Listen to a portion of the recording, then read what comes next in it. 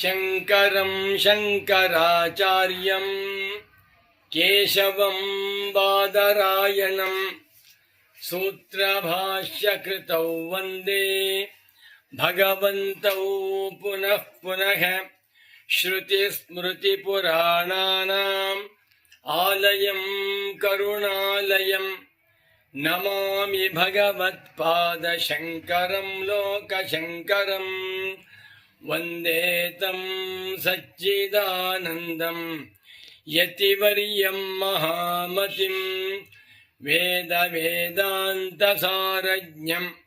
ಸದ್ಗುರುಂ ಪ್ರಣತೋಸ್ಮ್ಯಹಂ ಶ್ರೀಗುರುಂ ಪ್ರಣತೋಸ್ಮ್ಯಹಂ ಸದಾಹಂ ಸಂಪ್ರದಾಯಜ್ಞಂ ಸಂಯಮೀಂದ್ರಂ ಸದಾಶ್ರಯಂ ಸದ್ಗುರುಂ ಸಚ್ಚಿದಾನಂದಂ ಸದಾಚಾರಂ ಸಮಾಶ್ರಯೇ ನಮೋ ನಮಃ ಸದ್ಗುರುಪಾದುಕಾಭ್ಯಾಂ.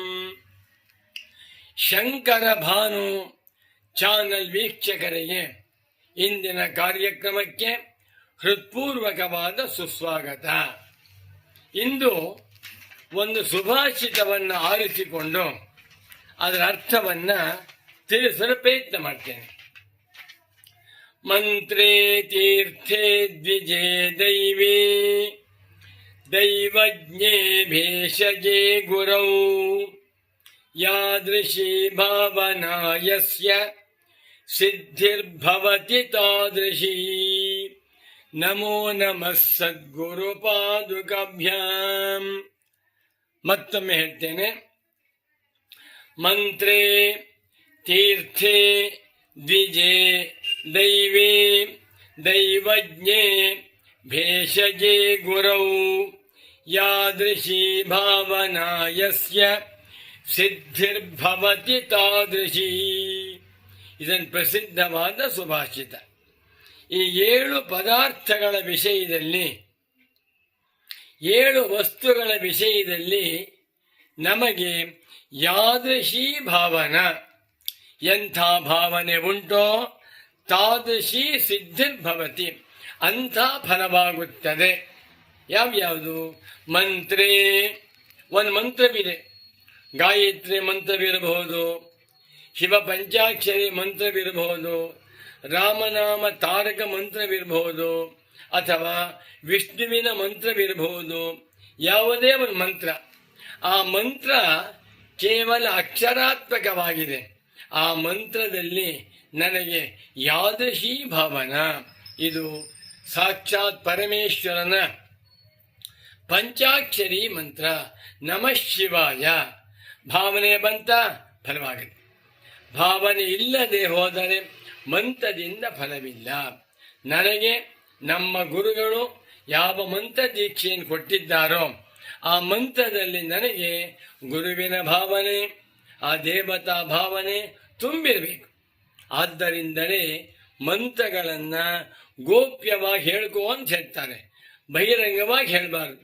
ಮಂತ್ರದಲ್ಲಿ ನನಗೆ ಯಾದೃಶೀ ಭಾವನಾ, ಎಂಥ ಭಾವನೆ ಉಂಟೋ ಅಂಥ ಸಿದ್ಧಿಯಾಗುತ್ತದೆ. ಒಂದು. ತೀರ್ಥೇ, ತೀರ್ಥ. ತೀರ್ಥ ಎಂದರೆ ನದಿಯೂ ಆಗಬಹುದು, ಸಮುದ್ರವೂ ಆಗಬಹುದು, ಅಥವಾ ದೇವಸ್ಥಾನಕ್ಕೆ ಹೋಗ್ತೇವೆ. ದೇವಸ್ಥಾನಗಳಲ್ಲಿ ಅರ್ಚಕರು ಮಹಾಗಣಪತಿಗೆ ಪಂಚಾಮೃತಾಭಿಷೇಕವನ್ನು ಮಾಡಿ ತೀರ್ಥ ಕೊಡ್ತಾರೆ.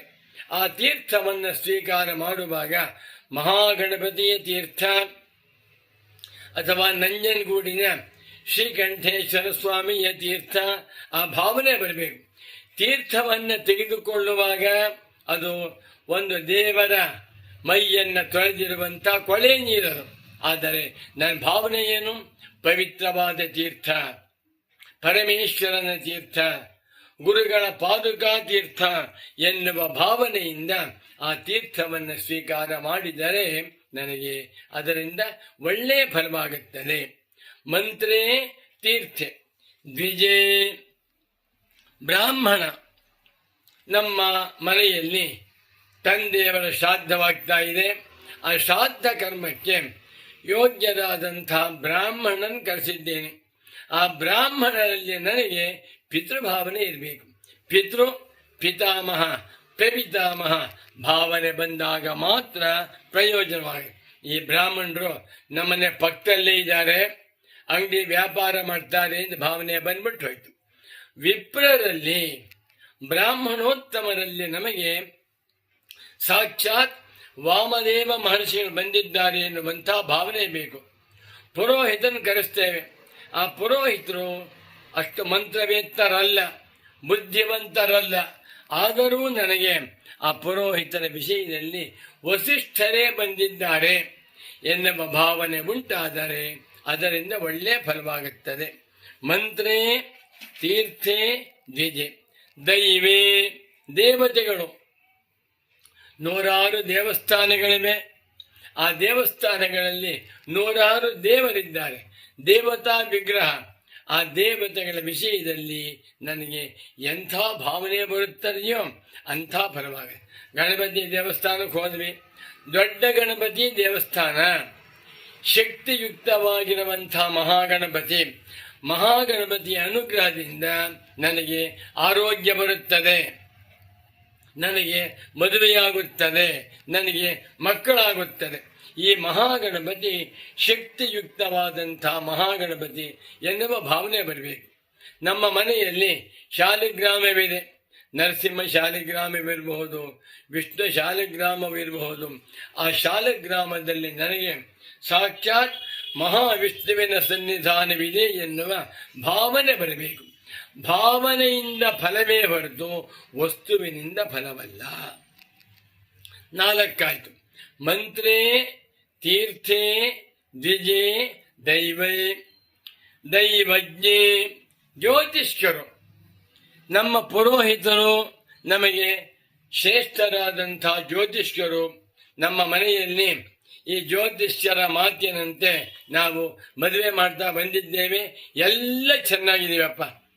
ನಮ್ಮ ಕುಟುಂಬದಲ್ಲಿ ಒಂದು 10-15 ವಿವಾಹವಾಗಿದೆ. ಆ ವಿವಾಹಿತರಾದ ಎಲ್ಲ ದಂಪತಿಗಳು ಆರೋಗ್ಯವಾಗಿ ಆನಂದವಾಗಿ ಪುತ್ರ ಪೌತ್ರವಂತರಾಗಿದ್ದಾರೆ. ಜಾತ್ಯ ಎಲ್ಲಿ ತೋರಿಸ್ತಾ ಇದ್ದೀರಾ? ನಮ್ಮ ಜ್ಯೋತಿಷ್ಯರ ಹತ್ರ. ಮತ್ತೊಬ್ಬ ಹೇಳ್ತಾನೆ, ಅವನಿಗೇನು ಸರಿಯಾದ ನಕ್ಷತ್ರಗಳೇ ಗೊತ್ತಿಲ್ಲ, ಸಂಸ್ಕೃತ ಗೊತ್ತಿಲ್ಲ ಅಂತಾನೆ. ಇರಬಹುದು. ನನ್ನ ಭಾವನೆ ಜ್ಯೋತಿಷ್ಯರಲ್ಲಿ ನನಗೆ ಪೂರ್ಣವಾಗಿರುವಂಥ ವಿಶ್ವಾಸ, ಪೂರ್ಣವಾಗಿರುವಂಥ ಭಾವನೆ ಬಹಳ ಮುಖ್ಯವಾದದ್ದು. ಆ ಭಾವನೆಯಿಂದ ಒಳ್ಳೆ ಫಲವಾಗುತ್ತೆ. 6ನೇದು ಭೇಷಜೆ ವೈದ್ಯ, ನಾಟಿ ವೈದ್ಯ.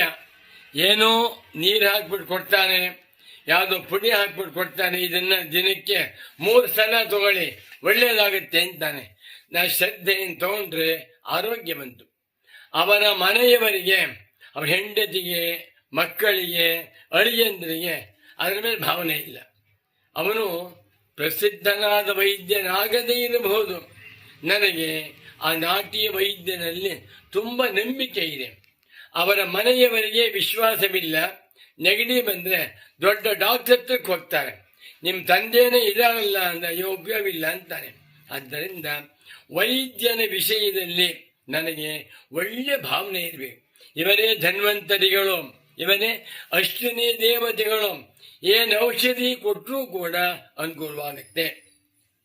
ತುಂಬ ಜನ ಹೇಳ್ತಾರೆ, ನಮ್ಮ ವಂಶದಲ್ಲಿ ನಾವೆಲ್ಲರೂ ಕೂಡ ಈ ವೈದ್ಯರಿಂದ ಔಷಧಿ ತಗೊಳ್ತಾ ಇದ್ದೇವೆ, ಆರೋಗ್ಯವಾಗಿದ್ದೀವಿ ಅಂತಾರೆ. ಆ ವೈದ್ಯನಿಗೆ ABCD ಗೊತ್ತಿಲ್ಲ, ಏನೂ ಗೊತ್ತಿಲ್ಲ. ಅದು ನಂಬಿಕೆ. ನನಗೆ ನಂಬಿಕೆಯನ್ನು ಒಳ್ಳೆಯ ಫಲವಾಗುತ್ತೆ. 7ನೇದು ಗುರು. ಒಬ್ಬ ಗುರುವನ್ನು ನಂಬಿದ್ದೇನೆ. ಆ ಗುರುವನ್ನು ನಾನು ಗುರುರ್ ಬ್ರಹ್ಮ ಗುರುರ್ ವಿಷ್ಣು ಗುರುರ್ ದೇವೋ ಮಹೇಶ್ವರ ಗುರು ಸಾಕ್ಷಾತ್ ಪರಂ ಬ್ರಹ್ಮ ತಸ್ಮೈ ಶ್ರೀ ಗುರವೇ ನಮಃ ಎನ್ನುವ ಭಾವನೆಯಿಂದ ಆ ಗುರುವಿನಲ್ಲಿ ಹರಿಹರ ಬ್ರಹ್ಮರನ್ನ ಕಾಣ್ತಾ ಇದ್ದೇನೆ. ಆ ಸದ್ಗುರುವಿನಲ್ಲಿ ಸಾಕ್ಷಾತ್ ಪರಬ್ರಹ್ಮವನ್ನು ಕಾಣ್ತಾ ಇದ್ದೇನೆ. ಆ ಗುರುವಿನಲ್ಲಿ ನನಗೆ ಅಂಥ ಸದ್ಭಾವನೆ ಬಂತ. ಆ ಗುರುಪದೇಶದಿಂದ ಎಲ್ಲವೂ ಒಳ್ಳೆಯದಾಗುತ್ತೆ. ಯಾರಿಗೆ ಗುರುಭಕ್ತಿ ಇಲ್ಲವೋ ಆ ಗುರುಗಳ ನಮ್ಮನೆ ಪಕ್ಕದಲ್ಲೇ ಇದ್ದಾರೆ, ನಮ್ಮ ಜೊತೆ ಅವರು ಕಳ್ಳೆಕಾಯಿ ತಿಂತಾರೆ, ಹೋಟ್ಲಿಗೆ ಹೋಗ್ತಾರೆ ಅಂದ್ಬಿಟ್ರೆ ಹೋಗ್ಬೋದು. ನನಗೆ ನಂಬಿಕೆ ಭಾವನೆ ಪೂಜ್ಯ ಗೌರವಗಳಿದ್ದರೆ ಒಳ್ಳೆಯ ಫಲವಾಗಿದೆ.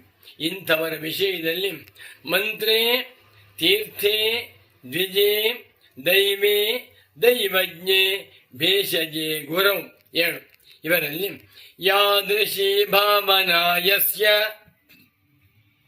ಯಸ್ಯ ನರಸ್ಯ ಯಸ್ಯ ಮನುಷ್ಯಸ್ಯ ಯಾವ ಮನುಷ್ಯನಿಗೆ ಯಾದೃಶಿ ಭಾವನ ಎಂಥ ಭಾವನೆ ಉಂಟೋ ಸಿದ್ಧಿರ್ಭವತಿ ತಾದೃಶಿ ಅಂಥ ಸಿದ್ಧಿಯಾಗುತ್ತದೆ. ಕೆಲವು ದೇವಸ್ಥಾನಗಳು ಹಳ್ಳಿಗಳಲ್ಲಿ ಪ್ರಸಿದ್ಧವಾಗಿರುತ್ತೆ. ಉದಾಹರಣೆಗೆ ಕಿಕ್ಕೇರಿ ಹಳ್ಳಿ, ಅದೊಂದು ಗ್ರಾಮ. ಅಲ್ಲಿ ಕಿಕ್ಕೇರಮ್ಮ ಅಂತ ಒಂದು ದೇವಸ್ಥಾನವಿದೆ. ಆ ದೇವಸ್ಥಾನ ಹೋಗ್ಬಿಟ್ಟು ಹರಕೆ ಮಾಡ್ಕೊಂಡ್ಬಿಟ್ರೆ ಎಲ್ಲ ಫಲವೂ ಆಗುತ್ತದೆ ಅನ್ನುವಂಥ ನಂಬಿಕೆ ಇದೆ. ಆ ಕಿಕ್ಕೇರಿ ಜನಗಳಿಗೆ ಆ ನಂಬಿಕೆ ಇಲ್ಲ. ಅಯ್ಯೋ, ಕಿಕ್ಕೇರಮ್ಮನ ದೇವಸ್ಥಾನ ಅಲ್ಲಿದೆ, ನಾವು ಹೋಗುವುದಿಲ್ಲ ಅಂತಾರೆ. ಬೇಡ. ಎಷ್ಟೋ ಜನ ಬಾಂಬೆಯಿಂದ ಬರ್ತಾರೆ, ಹೈದರಾಬಾದಿಂದ ಬರ್ತಾರೆ, ಅಮೇರಿಕಾದಿಂದಲೂ ಬಂದು ಕಿಕ್ಕೇರಮ್ಮನ ಪೂಜೆ ಮಾಡಿಸಿದ್ವಿ, ನಮ್ಗೆ ಒಳ್ಳೇದಾಯಿತು ಅನ್ನುವಂಥ ಭಾವನೆ. ಆ ಭಾವನೆಯಿಂದ ಅವರಿಗೆ ಒಳ್ಳೆಯ ಫಲವಾಗುತ್ತೆ ಅಂತಂದು. ಆದ್ದರಿಂದ ನಾವುಗಳು ಮಂತ್ರ ಉಚ್ಚಾರಣೆ ಮಾಡುವಾಗ, ತೀರ್ಥ ಸ್ವೀಕಾರ ಮಾಡುವಾಗ, ವಿಪ್ರೋತ್ತಮರನ್ನ ಪೂಜೆ ಮಾಡುವಾಗ, ದೇವರನ್ನು ಪೂಜೆ ಮಾಡುವಾಗ ಮತ್ತು ಜ್ಯೋತಿಷ್ಕರ ಹತ್ರಕ್ಕೆ ಹೋಗಿಬಿಟ್ಟು ಜಾತಕವನ್ನು ತೋರಿಸುವಾಗ, ವೈದ್ಯನ ಹತ್ತಿರಕ್ಕೆ ಹೋದಾಗ, ಗುರು ಸೇವೆ ಮಾಡುವಾಗ ನಮಗೆ ಪೂಜ್ಯ ಭಾವನೆ ಬೇಕು. ಭಾವನೆ ಇದ್ದರೆ ಒಳ್ಳೆ ಫಲವಾಗುತ್ತೆ ಅಂತ ಹೇಳ್ತಾ ಇದ್ದಾರೆ. ನಾವುಗಳು 7 ವಸ್ತುಗಳಲ್ಲಿ ಪೂಜ್ಯ ಭಾವನೆಯನ್ನು ಹೊಂದಿ ಧನ್ಯರಾಗೋಣ ಅಂತ ತಿಳಿಸುತ್ತಾ ಈ ಕಾರ್ಯಕ್ರಮವನ್ನು ಇಲ್ಲಿಗೆ ಸಂಪನ್ನ ಮಾಡುತ್ತಿದ್ದೇನೆ. ಗುರವೇ ಸರ್ವಲೋಕಾನಾಂ ಭಿಷಜೇ ಭವರೋಗಿಣಾಂ ನಿಧಯೇ ಸರ್ವವಿದ್ಯಾನಾಂ ಸಚ್ಚಿದಾನಂದತೆ ನಮಃ. ನಮೋ ನಮಃ ಸದ್ಗುರುಪಾದುಕಾಭ್ಯಾಂ.